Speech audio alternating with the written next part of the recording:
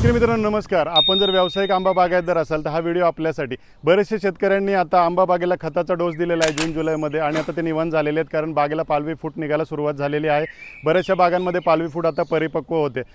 शेतकरी रिलॅक्स होतात की आता काय करण्याची गरज नाही, पण मित्रांनो हा काळ महत्त्वाचा आहे, कारण नवीन पालवी फूट जी आपल्या बागेला फुटते आहे तिचं संरक्षण करणं अत्यंत महत्त्वाचं आहे. कारण ह्याच पालवी फुटीपासून ऑक्टोबर नोव्हेंबरमध्ये आपल्याला मोहरधारणा मिळणार आहे. जर आपल्याला जास्त कीड किंवा रोग जर बागेमधले कळत नसतील तरी बागेमध्ये आता अँथ्रॅकनोज, करपा किंवा भुरी रोगाचा प्रादुर्भाव मोठ्या प्रमाणावरती होऊ शकतो. त्याचबरोबर पानं कुडतरणारी आळी ह्यांचा प्रादुर्भावसुद्धा जाणवतो.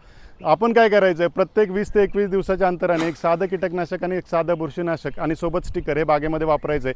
कीटकनाशकांमध्ये आपण डायमेथोएट आहे, हमला आहे हे वापरू शकता आणि बुरशीनाशकामध्ये आपण साफ आहे किंवा ब्ल्यू कॉपर आहे हे वापरू शकता. आलटून पालटून एक कीटकनाशक, एक बुरशीनाशक आणि सोबत स्टिकर प्रत्येक 20 ते 21 दिवसांनी फवारणी, एवढं जरी आपण आता केलं तर आपल्या बागेमध्ये कोणताही रोग किंवा कोणतीही कीड येणार नाही आणि जी आपली पालवी फूट आहे ते पूर्ण परिपक्व होऊन त्याचं मोहरामध्ये परिवर्तन व्हायला आपल्याला मदत मिळेल.